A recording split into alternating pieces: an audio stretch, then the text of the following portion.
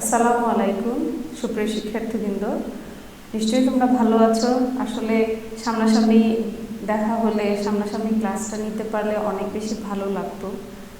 আমারও ভালো লাগতো, তোমাদেরও আরও বেশি অনেক ইফেক্টিভ হতো আমি জানি। কিন্তু যেহেতু করোনার পরিস্থিতির জন্য আসলে আমাদের কিছু করার নেই, এই পরিস্থিতিতে আমরা অনলাইন ক্লাসটাই করছি। আর এই অনলাইন ক্লাসের যে সিরিয়ালগুলো, সেই সিরিয়ালগুলোতে আমরা এখন ইংরেজি দ্বিতীয় পত্রের ট্যাগ কোশ্চেনের ক্লাসগুলো করছিলাম। তো এর আগের ক্লাসে আমি ট্যাগ কোশ্চেনের বেসিক কিছু নিয়ম তোমাদেরকে পড়িয়েছিলাম। তোমাদের মনে আছে কিনা আমি আরেকবার একটু রিভিউ করে দেই। ট্যাগ কোশ্চেনের মূল বিষয়টা ছিল যে কোনো একটা সেন্টেন্সের পরে বাড়তি একটা ছোট্ট কোশ্চেন জুড়ে দেওয়া। আর এর বেসিক যে নিয়মগুলো ছিল সেগুলোর মধ্যে প্রথম নিয়ম ছিল যে বাক্যের শেষে যে ফুল স্টপটা থাকে সেটাকে আমরা উঠিয়ে দিব এবং সেখানে এর পরিবর্তে আমরা একটা কমা দিব। তারপরে একটা অক্সিলারি ভার্ব বসাবো। এরপরে আমার সাবজেক্টের উপরে বেস করে একটা প্রোনাউন দিব এবং সবশেষে অবশ্যই মনে করে আমরা কোশ্চেন মার্কটা দিব। আমরা যদি খুব সুন্দরভাবে গঠনও করি কিন্তু তারপরে কোশ্চেন মার্কটা দিতে ভুলে যাই, আলটিমেটলি আমার কোশ্চেনটা কারেক্ট বলে কাউন্টে আসবে না। তো এই জন্য মনে করে অবশ্যই শেষে কোশ্চেন মার্কটা দিতে হবে। আর আরেকটা নিয়ম ছিল সেন্টেন্স যদি অ্যাফার্মেটিভ হয় কোশ্চেন হবে নেগেটিভ, সেন্টেন্স যদি নেগেটিভ হয় কোশ্চেন হবে অ্যাফার্মেটিভ, দ্যাট মিনস অপোজিট হবে। আমার সেন্টেন্স হ্যাঁ বোধক হলে কোশ্চেনটা না বোধক হয়ে যাবে, আর সেন্টেন্সটা না বোধক হলে কোশ্চেনটা হ্যাঁ বোধক হয়ে যাবে। এটা হচ্ছে আমাদের গত ক্লাসের রিভিউ। তো এখন এই যে বেসিক নিয়মগুলো, এগুলো তো সবসময় ঠিকই থাকবে। এরপরে যে আরও কিছু নিয়ম আছে তার মধ্য থেকে আমরা একটা একটা করে আলোচনা করব। তো প্রথম যেটা আমি আলোচনা করব সেটা হচ্ছে আমাদের যে সেন্টেন্সটা দেয়া হয় কোশ্চেনে থাকবে বা টিচার যে সেন্টেন্সটা থেকে আমার অ্যান্সার কোশ্চেন বানাতে দিবেন সেটা যদি অক্সিলারি ভার্ব থাকে তাহলে কিভাবে আমি কোশ্চেনটা বানাবো। সাপোজ আমার একটা সেন্টেন্স থাকলো এরকম, হি ইজ রিডিং বুক, সে বই পড়ছে, হি ইজ রিডিং বুক। তাহলে এখানে আমার সাবজেক্ট হচ্ছে হি, অক্সিলারি ভার্ব ইজ, রিডিং তো আমার মেইন ভার্ব আর বুক হচ্ছে অবজেক্ট। তো আমার নিয়ম অনুসারে প্রথমে আমি কি করব, এখানে কিন্তু আমার অক্সিলারি ভার্ব আছে তাই না। অক্সিলারি ভার্ব থাকলে আমাদের যেটা করতে হবে ওই অক্সিলারি ভার্ব দিয়েই আমরা কোশ্চেনটা বানিয়ে ফেলতে পারি। যেমন প্রথমে নিয়ম অনুযায়ী কি করব, এই যে একটা ফুল স্টপ আমরা দিয়েছি এখানে, তোমরা দেখতে পাচ্ছ কিনা এখানে একটা ফুল স্টপ যে দেয়া হয়েছে, এই ফুল স্টপটা আমরা উঠিয়ে দেব। এই ফুল স্টপটা চেঞ্জ করে আমরা এখানে দিব একটা কমা। তাহলে কি করব, এই ফুল স্টপটা বাদ দিয়ে এখানে একটা কমা দিচ্ছি। এরপরে আমি কি করব, এই যে অক্সিলারি ভার্ব, নিয়ম অনুসারে আমার তো এখন অক্সিলারি ভার্ব বসানোর কথা, তো নিয়ম অনুসারে আমি অক্সিলারি ভার্বটা এখানে নিয়ে আসব, ইজ।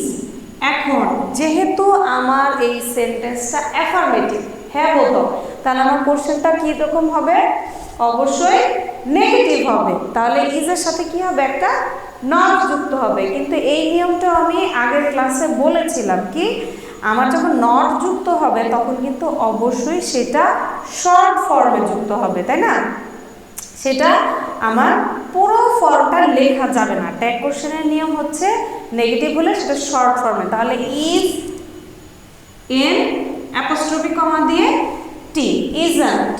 আমি কিন্তু এইভাবে ইজ নট এভাবে লিখতে পারবো না, এটা হচ্ছে ভুল। আমাকে এইভাবে শর্ট ফর্মে লিখতে হবে, ইজন্ট।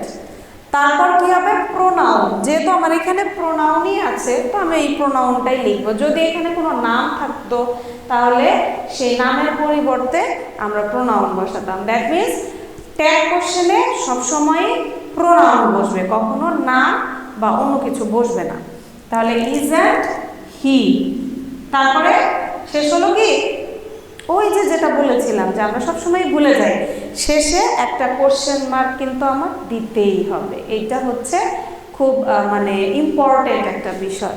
তাহলে শেষে কি একটা কোশ্চেন মার্ক, ইজন্ট ইট? আমি আরেকবার একটু রিভিউ করি। যদি আমার অক্সিলারি ভার্ব মানে যেই সেন্টেন্সটা দেয়া আছে ওই সেন্টেন্সে থাকে, তাহলে সেই অক্সিলারি ভার্বটা আমরা কাজে লাগাবো।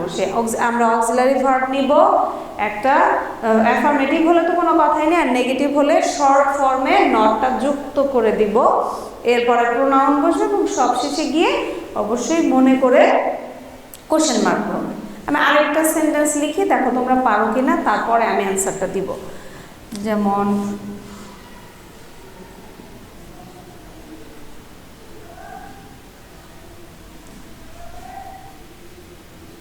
Rima was writing a poem. দেখো তো তোমরা পারো কিনা, আমি একটু পরে অ্যান্সারটা লিখছি। Rima was writing a poem. Rima একটা কবিতা লিখছিল। দেখো আমার এখানে কি কি বিষয় আছে, তারপরে আমি 2 সেকেন্ড পরে লিখছি, ততক্ষণে তোমরা আই হোপ ক্লিয়ার হয়ে যাবে। ঠিক আছে, তাহলে আমার সাবজেক্ট কি আছে? রিমা, আর এটা হচ্ছে একটা নাম। এরপরে আছে auxiliary verb, that is was, auxiliary verb. এরপরে আমার আছে রাইটিং, যেটা আমার মেইন ভার্ব। তারপর অবজেক্ট। আমার প্রথমে কি করার কথা, এই যে এখানে যে ফুল স্টপ আছে সেটাকে চেঞ্জ করে কমা দেওয়ার কথা। তো আমরা তাই করি, প্রথমে এখানে একটা কমা দিব, তারপরে অক্সিলারি ভার্ব নিয়ে আসবো। আমার এই সেন্টেন্সে অক্সিলারি ভার্ব কোনটা আছে? ওয়াজ। তাহলে ওয়াজ। এখন আমার সেন্টেন্সটা কি অ্যাফার্মেটিভ নাকি নেগেটিভ? সেন্টেন্সটা কিন্তু অ্যাফার্মেটিভ, তাহলে কোশ্চেন কি হবে? নেগেটিভ। তাহলে ওয়াজের সাথে একটা নট দিব, অবশ্যই সেটা ফুল ফর্মে লিখবো না, শর্ট ফর্মে লিখবো। তাহলে হবে এন অ্যাপোস্ট্রফি কমা টি, তাহলে ওয়াজন্ট। এরপর আমার কি বসবে? প্রোনাউন। এখন আমার এখানে প্রোনাউনটা সাবজেক্টের উপরে বেস করে বসবে। সাবজেক্ট কি আছে? রিমা। রিমা কি ছেলে না মেয়ে? মেয়ে। তাহলে মেয়ে হলে প্রোনাউন কি হবে? শি।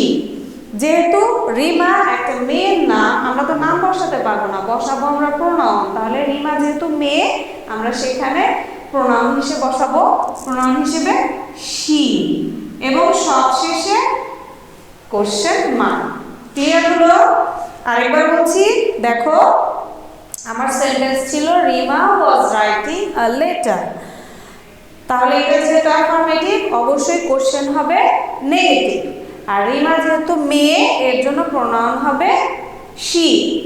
আর নিয়ম অনুযায়ী স্টেপ বাই স্টেপ যদি আমি বলি, প্রথমে কমা দিব, তারপরে অক্সিলারি ভার্ব আছে ওয়াজ, ওয়াজের সাথে শর্ট ফর্মে যুক্ত হবে নট, তাহলে হবে ওয়াজন্ট।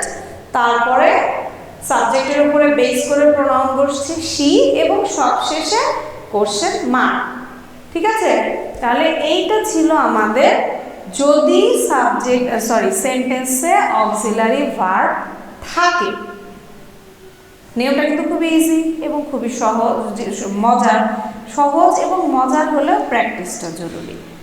এরপরে আমি আরেকটা নিয়ম তোমাদের আজকে দেব, সেটা হচ্ছে যদি এটা বিপরীত, যদি অক্সিলারি ভার্ব না থাকে। এটা হচ্ছে যদি থাকে তাহলে কি হচ্ছে? সহজ, ওইটাই আমরা কাজে লাগাচ্ছি। আর যদি না থাকে তখন কি হবে? কারণ আমার ট্যাগ কোশ্চেন তো মেইন ভার্ব দিয়ে করা যাবে না, ট্যাগ কোশ্চেন করতে হয় অক্সিলারি ভার্ব দিয়ে। তাহলে সেই নিয়মটা একটু দেখে নাও।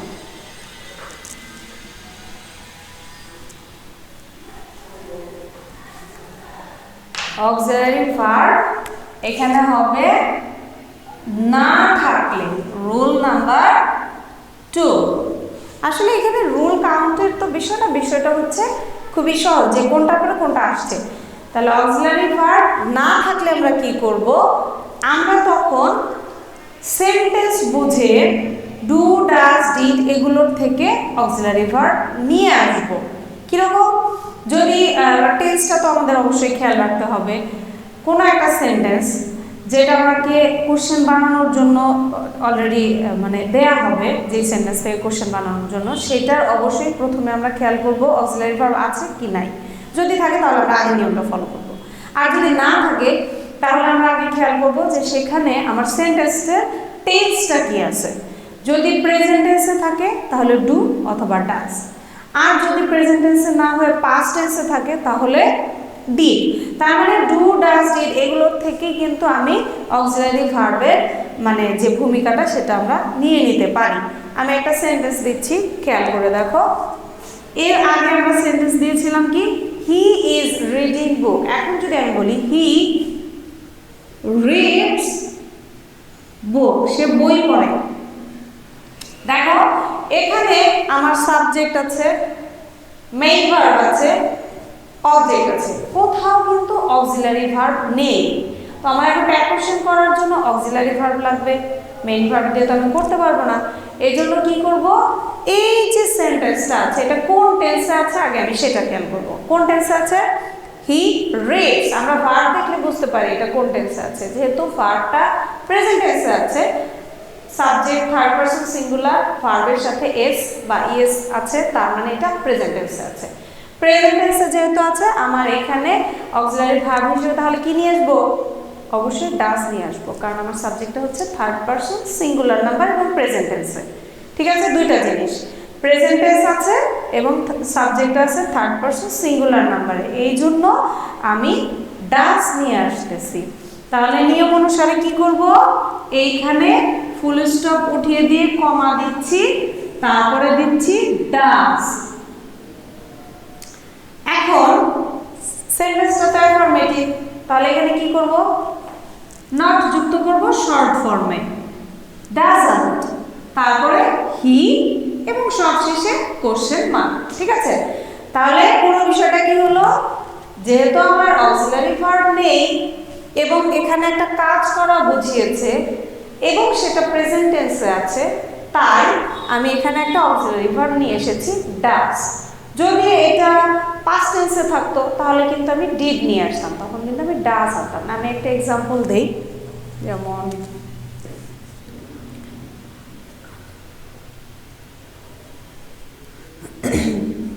টিপু wrote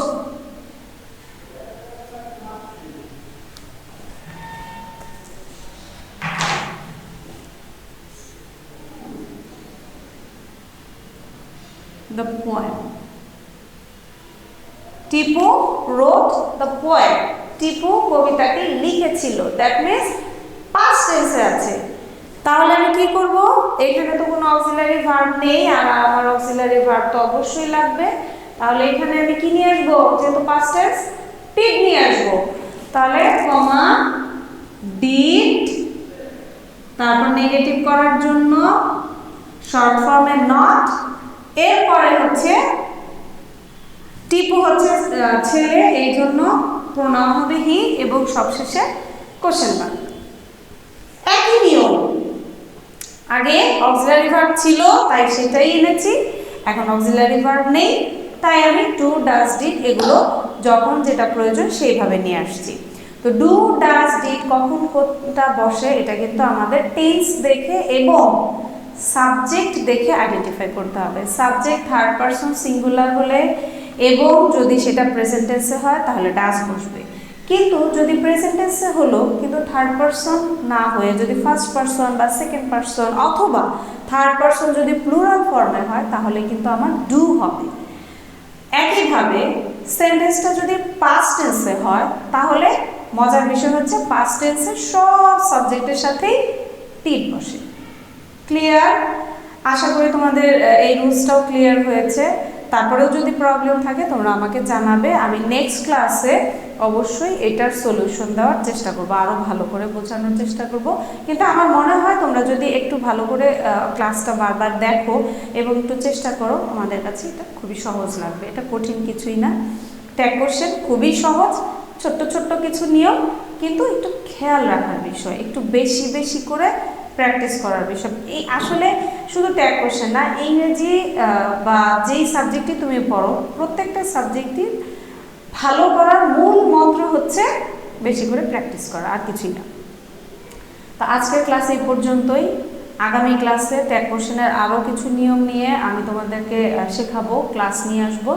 তো তার আগ পর্যন্ত তোমরা এই ক্লাসটার যে রুলসগুলো দিলাম বা এর আগে যেগুলো দিয়েছি সেগুলো একটু বেশি বেশি করে প্র্যাকটিস করবে। আই হোপ পরবর্তী ক্লাসগুলো আরও বেশি ইজি মনে হবে। তো ভালো থাকবে তোমরা সবাই, নিজেদের খেয়াল রাখবে, বাসার সবার যত্ন নেবে, আর অবশ্যই পড়াশোনাটা রেগুলার করবে। আল্লাহ হাফেজ।